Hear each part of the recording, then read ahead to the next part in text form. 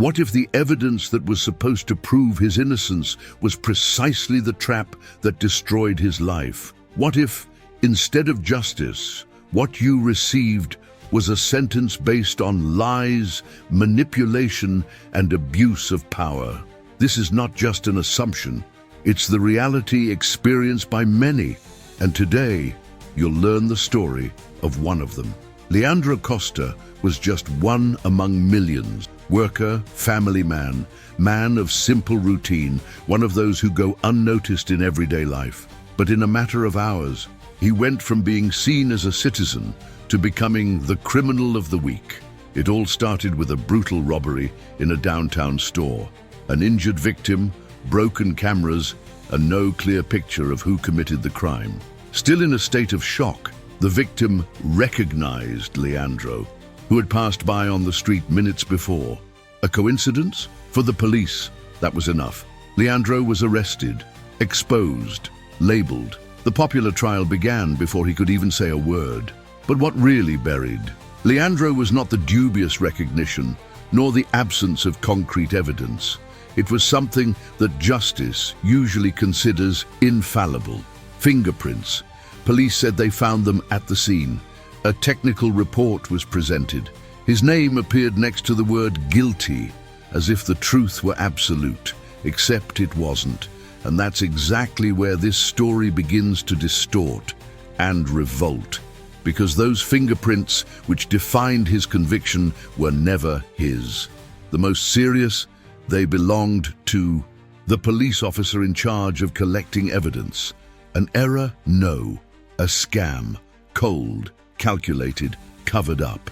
As the media released sensational headlines, as people pointed fingers, and as the system boasted about taking another criminal off the streets, no one bothered to look closely.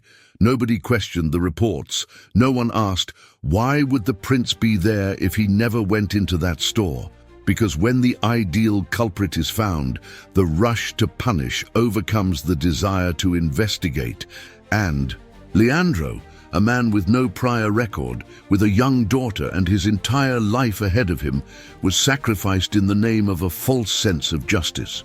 If this story has already made you feel revolted, afraid, or even disbelief, stay, because what comes next is even more unbelievable. The mistake, or the setup, went much deeper than anyone could imagine. And when the truth finally began to emerge, it was accompanied by silence, shame, and a question that echoes to this day. How many other fingerprints were manipulated in the name of supposed justice? If you believe that no one should lose their life over a preventable mistake, then this story needs to be spread. Your like shows that you do not accept injustices like this passing in silence. Subscribe to the channel now and turn on notifications so you don't miss any real cases that the system tries to hide. Here, every story told could be the voice of someone the world chose to ignore. Don't let that voice be silenced again. Leandro Costa never imagined that in the blink of an eye, his simple routine would become a nightmare worthy of a movie. At 31 years old, he led a modest life, working as a maintenance assistant in a company that barely appeared in the news. But for him, he supported the house and his little 4-year-old daughter. He lived with his mother, a lady who dedicated her entire life to her family, and every day he followed exactly the same route home, almost like a ritual, a straight line between duty and home. He was the type of man who didn't attract attention, who always greeted his neighbors with a shy wave, who paid his bills on time, who avoided confusion, and who knew the feeling of living under the weight of responsibilities, but not the feeling of fear. In the neighborhood where he grew up, everyone knew him as someone of few words, but many actions. When something broke, they called Leandro. When someone needed help with an outlet, a shower, or even just some simple advice, there he was, ready to offer what little he had. He was respected, trusted, invisible to the world, but essential to those who lived with him. But this same man, who had never been to the police, who never raised his voice to anyone, who cared for his daughter with a silent and sincere love, ended up becoming the face of a crime that he didn't even understand. Leandro didn't know he was about to be drawn into the center of a scandal that would tarnish his reputation, destroy his freedom, and call into question everything he believed in justice. Because in the end, when the system needs someone to blame, it doesn't look at history, character, or truth. He chooses a target. And Leandro, with his ordinary life, was the perfect target. He didn't have the money to hire a great defense. He had no influence. He had no one to turn to. He was just another black, poor, hard-working man. And for the system, that was enough. What no one saw, or didn't want to see, is that behind that maintenance uniform, there was a loving father, a dedicated son, a human being who just wanted to go home after another tiring day of work. But that day, the walk back never came to an end. And the reason, as you will now see, was a lie far dirtier than any crime he ever committed. On that ordinary Tuesday morning, while Leandro was finishing another tiring work shift, on the other side of the city, an electronics store in the center was invaded by two hooded men. It was all fast, brutal, broken windows, customers on the floor, screams muffled by threats with a gun in hand. One of the robbers violently pushed the store owner, who hit his head and passed out. The security cameras had been broken since the previous week, and there was no footage of what happened. At the hospital, hours later, the still dazed victim tried to remember something useful to the police. In the midst of the trauma, he swore he had seen, for fractions of a second, a familiar face outside the store shortly before the crime occurred. I think it was a young man who passes by here every day, a bit silent, dark-skinned, a worker in a blue uniform. Without knowing it, he had just planted a poisonous seed. 3 days later, Leandro Costa was woken up by the police at 5 in the morning. They knocked loudly on the door, entered with a warrant and without explanation. His mother screamed, desperate, trying to understand what was happening. The daughter cried, hugging a pillow, and Leandro, without even having time to put on his shoes, was handcuffed and placed inside the vehicle as if he were a dangerous criminal. Nobody wanted to hear that he didn't know anything. Nobody wanted to know that at the same time of the crime, he was on the other side of the city. The victim thought he saw him nearby, and that apparently was enough to turn his life into hell. At the police station, the interrogation was cold, mechanical. They asked questions as if they already had the answers. Leandro insisted on the truth, but his arguments hit deaf walls. Instead of evidence, what was seen was an absurd rush to close the case. And in the absence of images, clear witnesses, or any concrete connection, a vague description was enough to point the finger. When you combine rush, trauma, and a system that prefers easy culprits to in-depth investigations, the result is always the same: an innocent sacrifice to keep statistics under control. In Leandro's head, everything happened in slow motion. The penny didn't drop. Day. Could anyone confuse you? Why didn't anyone check your arrival time at work, your messages, your routine? Why did everything seem so surreal, as if the world had turned upside down? But it was real, and while he tried to process the absurdity of being there, sitting in front of a deputy who didn't know him, but was already judging him with his eyes, he still didn't know that this was just the beginning, that the accusation's next card would be as accurate as it was cruel. Those fingerprints. And from then on, the truth would begin to be buried, with gloves, ink, and the silence of those who should protect it. The technical evidence arrived with the weight of an anticipated sentence. Amid the chaos of the case and growing pressure from local media for a quick response, police announced they had found what they called irrefutable evidence: fingerprints. The news spread like wildfire. The fingerprints would be on the handle of the store's back door and, according to the official report, also on one of the pieces of glass collected near the looted counter.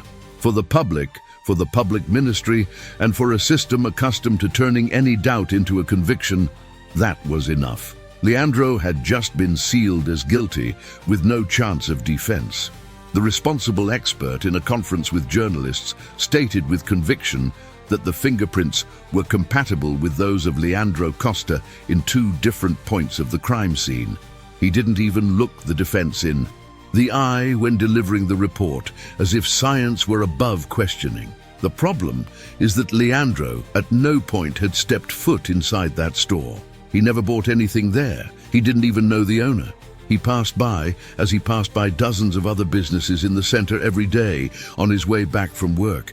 But this simple detail was discarded. The defense asked for rebuttal. He claimed that there was no secure chain of custody on the evidence, that fingerprints could have been transferred unintentionally.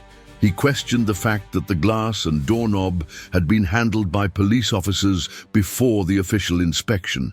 He even suggested that fingerprints could have been planted, but who would dare raise that accusation without being crushed? After all, when fingerprints speak, the system shuts up, and the expert was considered an unquestionable authority. Leandro heard everything from his cell in silence. Inside, the report seemed more like a divine sentence than a scientific analysis, and the question hammered in his mind like a muffled scream. How did my fingerprints get there? He didn't know, but someone knew. Someone who wore a uniform. Someone who at some point in the process decided that it was easier to sacrifice an innocent person than to admit an internal error. Because when you plant evidence, it's not just a crime you commit. It's an entire life you destroy. Meanwhile, the world outside was already starting to turn its back.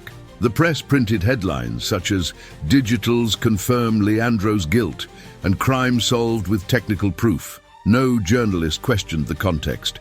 No specialist was called to review the report. And while the system celebrated its efficiency, Leandro sank without understanding how his own identity, his fingerprints, were being used as the weapon that would put him behind bars. A cold, silent weapon, and made by hands that knew exactly what they were doing. Leandro's defense tried everything. He knocked on every door. He shouted the obvious in the hope that someone, somewhere, would be willing to listen. Leandro never entered that store. No camera recorded him crossing the entrance. No witnesses saw him inside the establishment. No stolen objects were found with him. The time report at work clearly indicated the time he was supposed to be arriving, and his daily commute coincided with the time between the alleged crime and his arrest. But, for the court, all of this was just noise compared to the weight of a technical report signed by an expert. The defense lawyer, visibly exhausted, pleaded for common sense. He pointed out the temporal inconsistency. He claimed that the recognition made by the victim in the hospital was forced, inaccurate, under severe trauma. She thought she saw Leandro on the street, not inside the store. This is not an identification, this is an impression under pressure. But no one wanted to listen. The prosecution, armed with the perfect narrative, repeated like a mantra, "The prints are there, the prints are his." And with each repetition, the truth became more distant. It was as if all the defense's efforts were trying to row against an invisible current, pulling Leandro into an abyss where justice didn't want to reach. A place where statistics are worth more than context, where closing a case matters more than understanding the truth. The judge, cold and restrained, rejected the request for an independent expert opinion. He said that the report was sufficient, that the doubts presented were speculative, and that the investigation had already followed all protocols. Leandro watched everything with glassy eyes. In that room, he was a ghost, a broken man, sentenced not for his actions, but for his lack of voice. No one questioned whether the expertise could be wrong. No one considered the fact that the fingerprints could also have been transferred or misinterpreted. The logic that condemned him was simple, cruel, and efficient. If it's on paper, it's true. If it is an official report, then it is unquestionable. Justice refused to see that behind those documents there was a much more complex story, a story that was being ignored. In the end, the most repeated argument by the prosecution was the one that sealed his fate. If he is innocent, Then why are the fingerprints there? And that question, thrown like a knife in the silence of the room, didn't need an answer. Because for the system, the answer had already been chosen. Leandro was no longer a man. It was a convenient culprit. And the truth once again was left outside the courtroom. If you've come this far, it's because you've felt the injustice of this story firsthand. So tell me, honestly, do you think that technical proofs, when manipulated or misinterpreted, should still be considered infallible? Write the sentence in the comments, "The truth needs courage." If you believe the system should listen before judging. Your comment could be a bridge for more people to reflect and perhaps prevent other Leandros from being silenced. The courtroom was packed. Cold looks, cameras pointed, headlines ready before the sentence was even read. Leandro, with his hands shaking and his heart beating as if trying to escape his chest, listened in silence as the prosecutor described him as a criminal without an alibi, someone who went unnoticed for years until he showed who he really was. It didn't matter. About his clean record, his mother's testimony, the fact that he was recognized by a victim in shock, none of that had any weight in the face of a technical report that linked him, in a dubious way, to the crime scene. And the cruelest, not even the jurors could hide their discomfort, but under pressure from the local media, which had already painted him as guilty, they succumbed to the fiery speech of swift justice. When the verdict was read, 18 years in prison, Leandro barely reacted, not because he accepted, but because his soul was already in pieces. He looked at his 4-year-old daughter, held by her grandmother, and tried to smile. She smiled back, innocently, not understanding that it would be her father's last smile outside of bars for more than a decade. The mother collapsed, the world turned upside down, and while he was led away in silence, handcuffed, with his eyes fixed on the ground, the man who once only dreamed of a simple life began his journey into the cruelest side of the system, that of guilt without proof, that of conviction without truth. And this story, unfortunately, was far from over. The prison routine was not just made up of bars, counts, and tasteless meals. It was made of fear. Every day, Leandro woke up not knowing if he would sleep completely. To the other inmates, he wasn't just an inmate. He was a cowardly thief, a commercial criminal, the most hated type among them. The attacks came without warning, pushing in the cafeteria, slaps in the face, elbows during the bath line. Hateful words whispered in his ear every time he passed through the halls. "Store thug," they said. But what hurt most wasn't the injuries on the body. It was the abandonment. Friends who once swore support disappeared. Over time, her own daughter stopped sending drawings and letters. His mother, the only one who still believed in him, slowly fell ill, without even the strength to visit him. The letters he wrote with trembling hands returned unanswered. Or worse, they didn't even leave his cell. Little by little, the truth he shouted began to seem useless even to himself. He looked up at the ceiling of his cell and wondered if anyone out there would ever care enough to listen. Did her voice, her story, still exist somewhere beyond those walls? The time inside prison began to distort his mind. Days became blurs, and the line between reality and delusion became increasingly blurred. At night, he cried in silence, not just because of injustice, but for the certainty that it had been forgotten. The truth weighed on the chest like a stone, and even so, it seemed too light to pierce the silence of the world.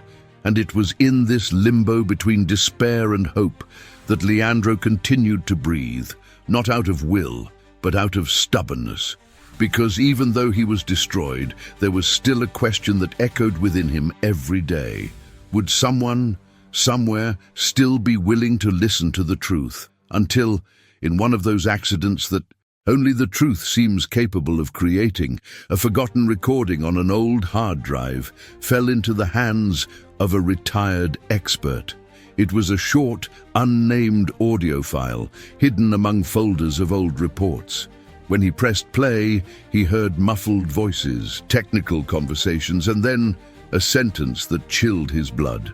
Those fingerprints weren't the suspects, they were the sergeants. But if we raise that, the whole scheme falls apart. The voice was that of a colleague at the time, someone who worked directly on Leandro's case. The expert pressed pause and remained silent for long seconds. This wasn't just an irregularity, it was an admission of a cover-up. And more than that, it was the tip of a scandal capable of exposing a web of manipulation within the police itself. With his heart racing, he knew he had two choices: erase it and continue his retirement in peace, or do what no one else had the courage to do at that time. He chose the second option. Carefully, he saved the audio to a new device and composed an anonymous letter. He attached everything and sent it to an investigative journalistic office, the ones that were still dedicated to digging up truths buried under piles of forgotten files. He knew that by revealing this, he was stirring up big names. But he also knew that 11 years ago, a man paid with his freedom for a crime he never committed. The material arrived at the newsroom in a brown envelope, without a return address, and it only took a few minutes of listening for the journalists to understand. They had something big on their hands. It wasn't just a technical error. It was a fraud designed by those who were supposed to protect justice. It was proof that Leandro was used, discarded, silenced, while the real culprits were wearing uniforms. And at that moment, the story began to change. If this part of the story moved you as much as it moved me, comment now "buried truth" down here. Your comment may seem small, but it helps this story reach more people, and who knows, open the eyes of those who still blindly trust the system. Do you believe that justice makes mistakes, or that it chooses who to make mistakes? Write it down. I will be reading everything. The bomb exploded with a force that not even those involved were able to contain. The audio, leaked by an independent channel, spread like wildfire on social media. Within hours, the newspapers began to print the headline that no one expected. Fingerprint in the report was not the suspects, but the police officers. The scandal was immediate. The public ministry, pressured by a flood of protests, had no choice but to open a criminal review. For the first time in more than a decade, Leandro Costa's name was mentioned again. But this time, not as a criminal, but as a possible victim of a frame-up. An external forensic laboratory was called in to redo the tests. This time, without interference, no shortcuts. And the truth, which had been buried for so long, finally emerged from the shadows. The fingerprints were not Leandro's. They belonged to the sergeant responsible for coordinating the investigation and collecting the supposed evidence.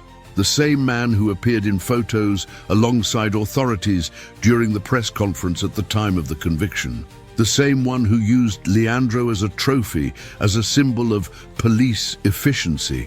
Now, he was the center of a dirty scheme that involved manipulating evidence, silencing colleagues, and protecting a criminal group infiltrated within the police itself. People started to question everything. How many other cases like this have been filed? How many lives were crushed to keep an institutional farce standing?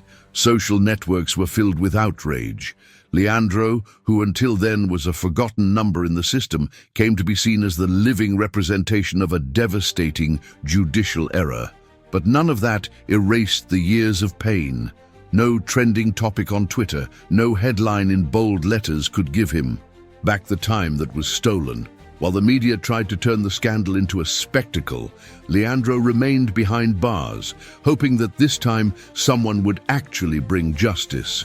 When the penitentiary gate finally opened and Leandro crossed the line that separated hell from the world outside, what should have been a moment of relief turned into deafening silence. No banners, no hugs, no official apology, just the sound of your own footsteps echoing in the narrow corridor of freedom. The court had annulled his sentence, yes, but coldly, without formally acknowledging the error, without admitting that he failed him. And that hurt more than the years he was locked up like an animal. No police officers were held accountable. No prosecutor needed to explain themselves. The expert who signed the false report, he was already retired, living peacefully, out of the spotlight. The system simply moved on, as if Leandro's life were a misplaced comma in a process that no one wanted to reread. Outside, the victim of the robbery, the one who had pointed out Leandro in the midst of panic, appeared on camera with tears in her eyes. He publicly apologized, saying he wasn't sure, that he just wanted to help the police, that he was sorry. Leandro watched on television from the house of the NGO that temporarily hosted him, and the only thing he could say, with his voice breaking and his gaze fixed, was, "You didn't arrest me, but you never listened to me either." Those words went through the screen like a blade. It wasn't about revenge, it was about abandonment, about the weight of being ignored, discredited, discarded. He got out of jail, but he didn't get out in one piece. The marks remained on the body, in the eyes, in the interrupted dreams. His daughter, who was now almost a woman, barely recognized him. The street he grew up on had become hostile, and the world he found again seemed to have no space for a man who carried the invisible seal of ex-convict, even though he was innocent. Leandro was now free, yes, but that freedom tasted of iron and hurt, and deep in his chest he knew the worst cell still followed him wherever he went. Leandro tried to start over, but the world out here doesn't even forgive you when you're innocent. The acquittal for the system was just a document, for society, an irrelevant detail. Every time he went out on the street, he felt eyes crossing his skin, some of distrust, others of fear, many of judgment.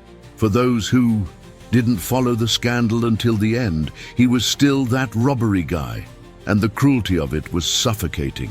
He tried to hand out resumes, go door to door, explain his story, but whenever he revealed his time in prison, the conversation ended there. Not everyone was willing to hear that justice had been wrong. Many felt that if he was convicted, there must be some reason.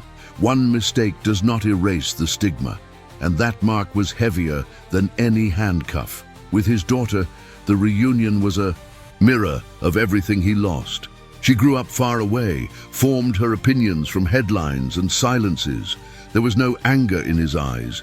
There was distance, a void built by years of absence, forgotten birthdays, important dates he spent behind bars, looking at the cell ceiling. Leandro tried to approach carefully, without forcing. He told little stories, tried to smile, said he wanted to make up for lost time.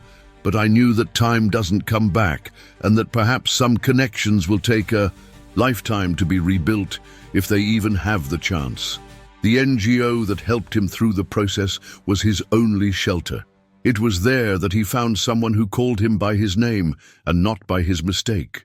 People who believed in him even before the scandal came to light. They welcomed him, listened to him, offered therapy, a simple room, clothes, and above all, dignity. But even there, in the early hours of the morning, Leandro still found himself silently asking if it was worth following. Because it wasn't just his freedom they had taken from him, it was his identity, his peace, his dreams, all for a lie protected by a badge. And even outside prison, the feeling was the same.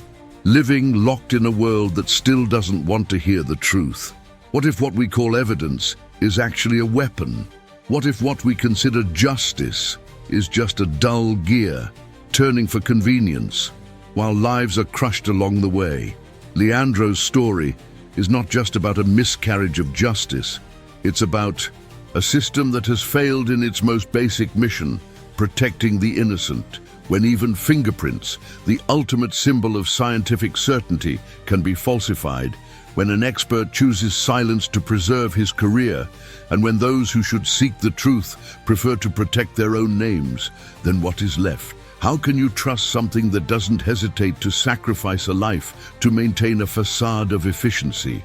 Leandro could be anyone, a father, a son, a neighbor, a man who left home to work and never came back the same way.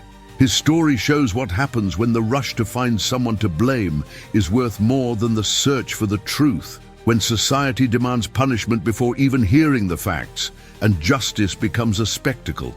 How many are now in cells, praying for a chance that may never come? How many families were destroyed by erroneous reports, manipulated testimonies, poorly conducted investigations? Leandro survived, but did not emerge unscathed. The stolen time, the trauma, the mistrust. This cannot be repaired with a release paper. And deep down, there remains a haunting question. How many innocent people are still paying the price for crimes they never committed, while the true culprits sleep peacefully, protected by the impunity of a system that prefers to cover up rather than face its own mistakes? If this story moved you, if at some point your heart rebelled against injustice, then now is your turn to act. Leave a like so that more people discover what the system tries to hide. Subscribe to the channel and turn on notifications, because each new video is a real cry that can no longer be silenced. And get ready, because in the next episode, a simple phone call changed everything, and what she revealed, no one could have ever imagined.